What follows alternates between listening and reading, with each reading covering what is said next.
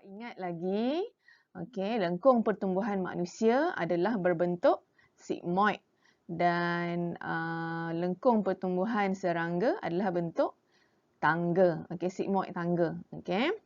Jadi, hari ini kita akan melihat lengkung pertumbuhan bagi tumbuhan. Okey. So, di akhir pembelajaran, murid akan dapat memerihalkan jenis tumbuhan berdasarkan kita hidup. Okey. Okey, berapa ada yang kitaran hidupnya sikit, ada yang kitaran hidupnya lama. Okey. So, kita akan tengok one by one. Yang kedua, mencerakinkan lengkung pertumbuhan. Mencerakinkan ni mengasingkan lah, tengok. Okey. Bahagian part A, cerakinkan kita ceraikan. Part A macam mana lengkung dia. Part B macam mana. Okey. Jadi kita akan tengok untuk tumbuhan semusim, dui musim dan tumbuhan saka. Okey. Okey, jenis tumbuhan berdasarkan jangka hayat ada 3 jenis, iaitu tumbuhan semusim, tumbuhan dui musim, dui maksudnya 2 lah, dan tumbuhan saka. First time kan dengar tumbuhan saka. Okey, kita akan tengok apa maksud tumbuhan saka ni. Okey. Okey, tumbuhan semusim. Okey, nama pun kita dah tahu. Dia hanya ada satu musim je. Once dia dah menghasilkan hasil, dia akan mati. Okey. Jadi, tumbuhan semusim adalah tumbuhan yang hidup hanya satu kitaran hidup saja untuk semusim atau setahun. Okay, semusim ni tak semestinya setahun lah.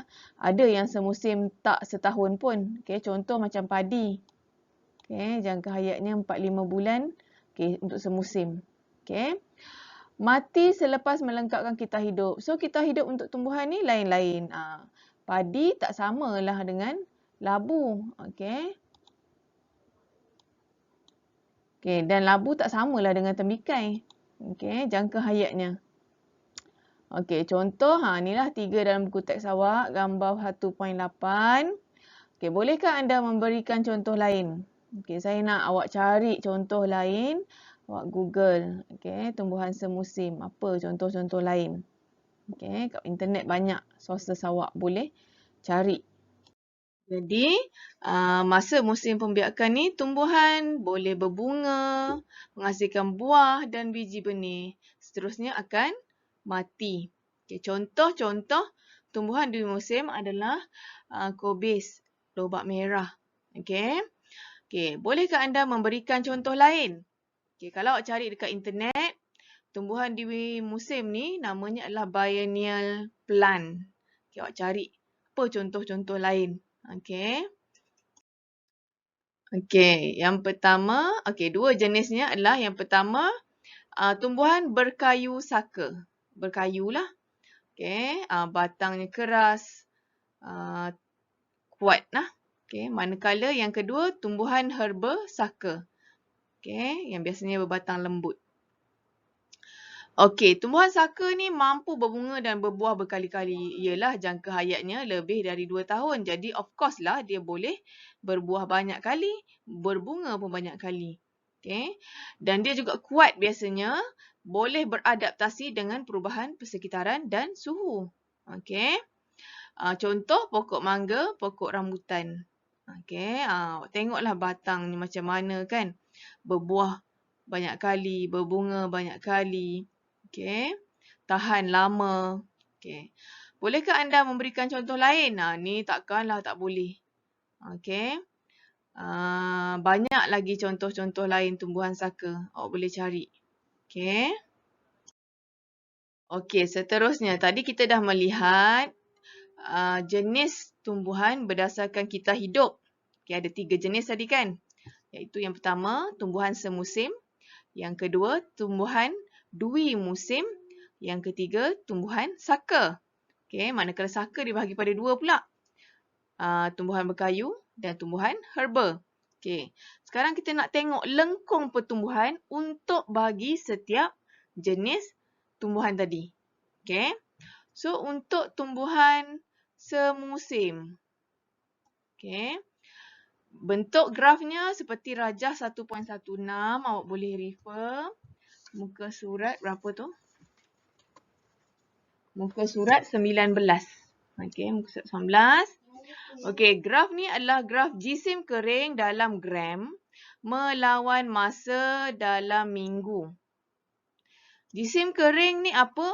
Jisim kering ni adalah awak dah keluarkan semua air dari tumbuhan tersebut. Awak dah keringkan. Sepatutnya lah. Okay. Jadi kita tengok kat sini paksi Y-nya 10, 20, 30, 40, 50 gram. Paksi X 5 minggu, 10 minggu, 15 minggu, 20 minggu, 25 minggu. Okay. So bentuk graf ni. Okay, bentuk graf ni macam huruf S kan. Okay, jadi sebab tu nama dia sigmoid. Ni sama macam lengkung pertumbuhan manusia. Okay. Okay, peringkat-peringkatnya pun ada dipecah-pecahkan lah. Peringkat A, peringkat B, peringkat C dan peringkat D. Okay. Peringkat A, kita tengok one by one. Okay. Awak tengok dia rendah je jisimnya. Tak tinggi mana pun. Ni, nampak ni. Okay. Jisimnya rendah. Okay. Berlaku penurunan disebabkan oleh makanan yang ada dalam cotyledon. Okay. Fungsi cotyledon adalah untuk menyimpan makanan tau. Okay. Ingat balik.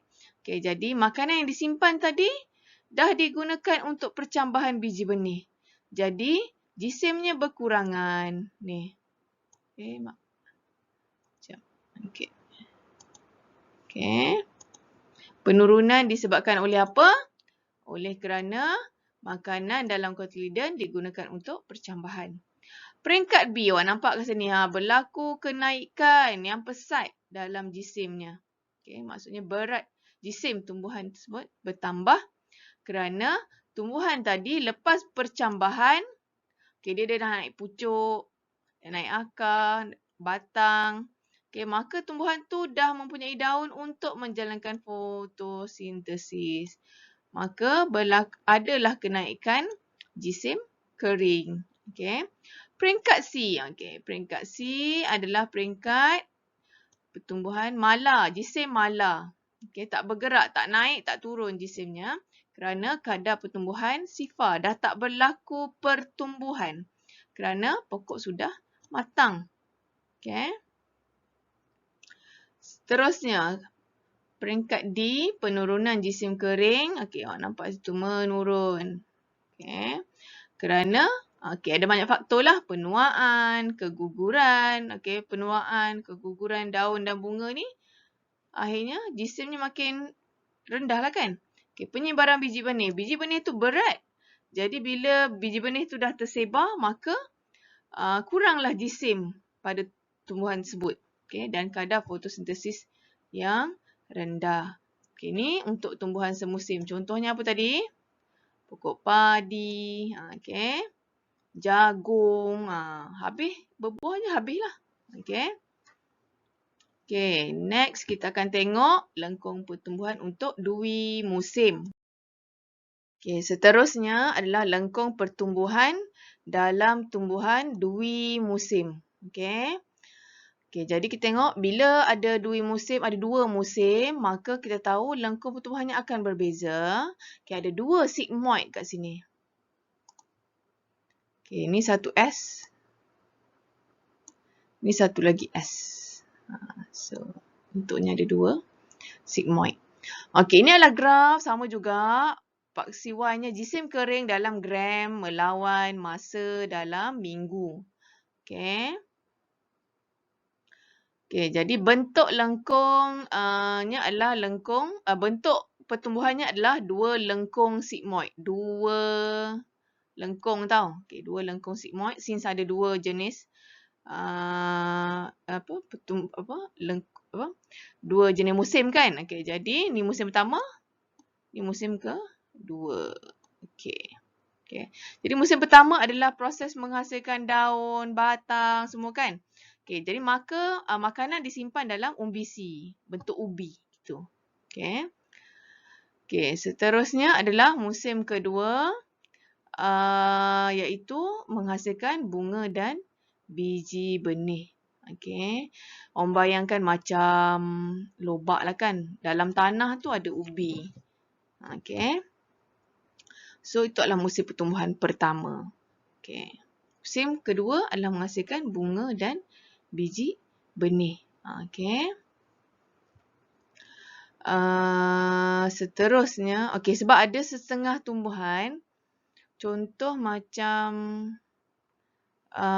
kunyit ke, lengkuas ke, bila dia dah berbunga tu, maksudnya dia punya umbisi tu memang dah matang. Dah boleh cabut lah dalam tu. Okey, kalau awak pernah tengok lah. Okey. Okey, seterusnya kita tengok lengkung pertumbuhan untuk tumbuhan saka.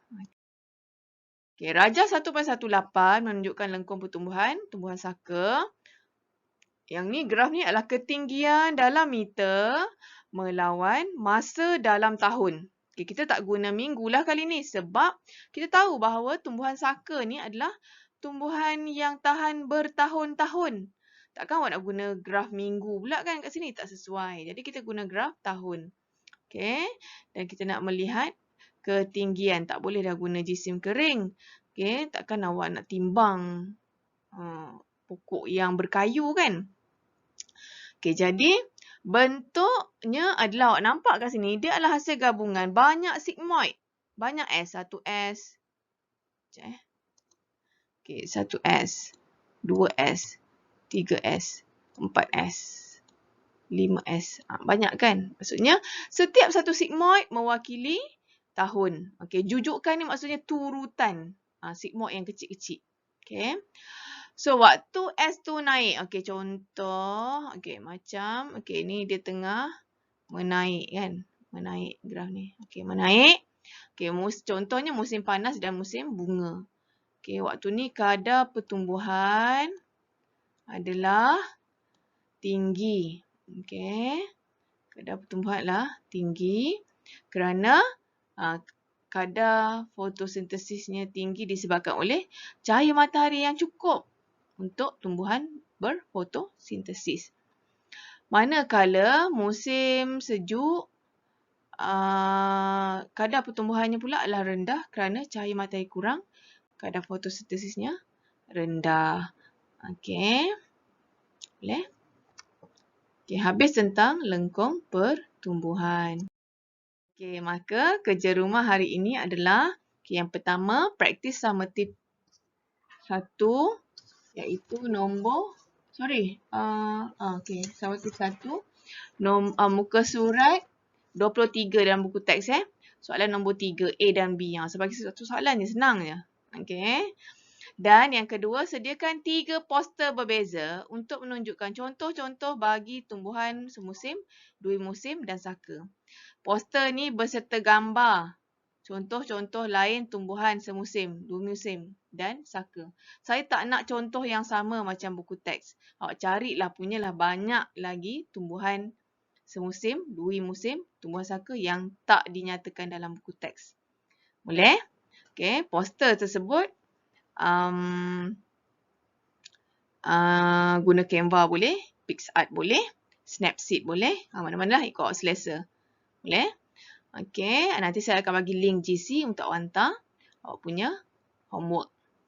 Okey, itu saja hari ini. Kita akan bincang, kalau ada soalan boleh bincang dalam grup Telegram. Okey. Assalamualaikum warahmatullahi wabarakatuh.